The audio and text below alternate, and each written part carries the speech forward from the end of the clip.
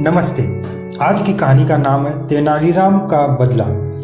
तेनालीराम नए नए राजदरबार में जाना शुरू किया था। राजगुरु नहीं चाहते थे कि कोई बुद्धिमान व्यक्ति राजदरबार में रहे, इससे उनकी इज्जत कम हो जाएगी। इसलिए वे तेनालीराम का अपमान करते रहते थे।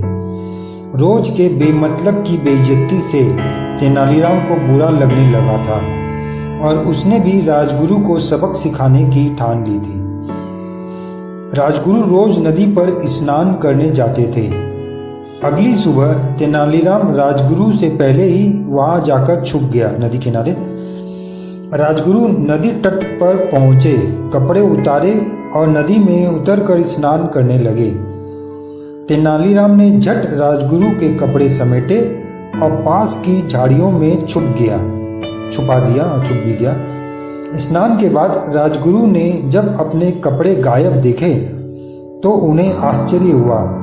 तभी तेनालीराम उनके सामने आए और पूछा, क्या खोज रहे हैं आप? राजगुरु समझ गए यह तेनालीराम का ही कारनामा है। उन्होंने तेनालीराम से अपने कपड़े लौटाने को कहा। तेनालीराम ने शर्त रखी कि राजगुरु उसे कंधे पर उठाकर नगर में लेकर जाएंगे, तभी तेनालीराम के अपमान का बदला पूरा होगा और उन्हें अपने कपड़े मिलेंगे। राजगुरु मजबूर थे, सो मान गए। तेनालीराम ने कपड़े लौटा दिए और उनके कंधे पर बच्चे की तरह सवार हो गए। नगर पहुंचते ही सब राजगुरु का मजाक उड़ाने लगे। राजगुरु मन ही मन सोच रहे थे कि तेनालीराम से बाद में बदला ले ही लूंगा। राजा ने भी यह दृश्य देखा तो उन्हें आश्चर्य हुआ और क्रोध भी आया कि राजगुरु का ऐसा अपमान। उन्होंने सैनिकों को बुलवाया और कहा, नीचे सड़क पर एक व्यक्ति के कंधे पर जो सवार है उसे खूब पीटो और जो व्यक्ति उसे उठा रखा है उन्हें आदर सहित महल लेकर आओ।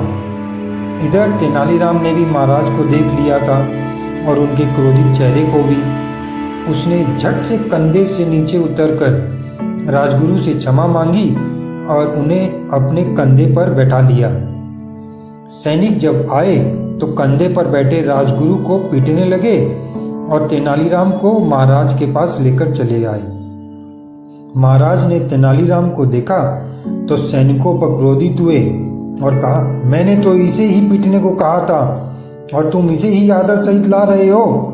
जाओ दूसरे व्यक्ति को लेकर आओ।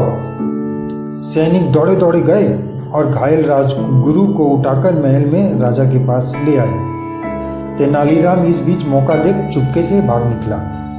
इस कहानी से हमें यह शिक्षा मिलती है कि हमें कभी भी दूसरों का अपमान नहीं करना चाहिए। भविष्य में हमारे साथ भी वैसा ही हो सकता है। चैनल सब्सक्राइब जरूर करें। धन्यवाद। आपका मित्र रवि।